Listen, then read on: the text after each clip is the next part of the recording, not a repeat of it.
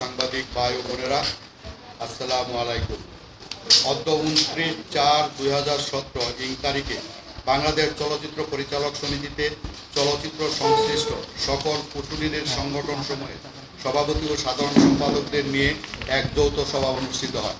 সভায় সর্বসম্মতিক্রমে সিদ্ধান্ত গ্রহণ করা হয় যে যেহেতু চিত্রনায়ক শাকিব খান দেশের সমগ্র চলচ্চিত্র পরিচালকদের অসম্মান ও হেয় প্রতিপন্ন করে জাতীয় দৈনিক সহ মিডিয়াতে বক্তব্য দিয়েছেন এবং বর্তমানেও একই ধরনের বক্তব্য দিয়ে যাচ্ছে, সেহেতু চলচ্চিত্র সংশ্লিষ্ট সকল কুশলীরা মনে করেন প্রকারান্তরে তিনি দেশের চলচ্চিত্র সংশ্লিষ্ট সকল কুশলীদের অপমান ও তুচ্ছ জ্ঞান করছেন।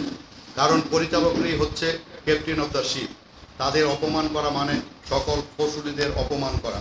তাই আজ থেকে চলচ্চিত্র সংশ্লিষ্ট সকল সংগঠনের সদস্যরা অনির্দিষ্টকালের জন্য শাকিব খানের সাথে কোনো চলচ্চিত্রের শুটিং ও ডাবিংয়ের কাজে অংশগ্রহণ করবে না। উল্লিখিত বিষয়টি সকলকে অবগত করা হবে। ধন্যবাদ। এখানে আমাদের সমস্ত অ্যাসোসিয়েশনের সকল মেম্বাররাই আছেন। সভাপতি চলচ্চিত্র গ্রাহক সংস্থা, সভাপতি বাংলাদেশ স্থির চলচ্চিত্র চিত্রগ্রাহক সংস্থা,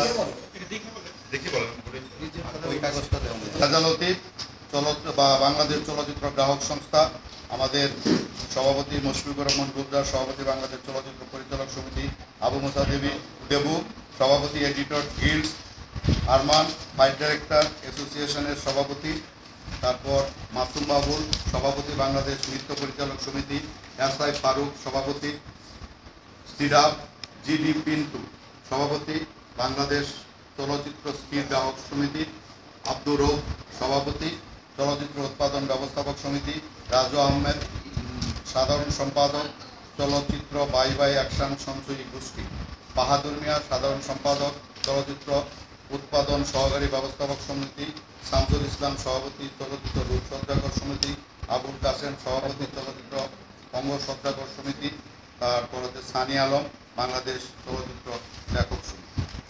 এই আছে। আমরা সাথে আরেকটি আমাদের অ্যাসোসিয়েশনের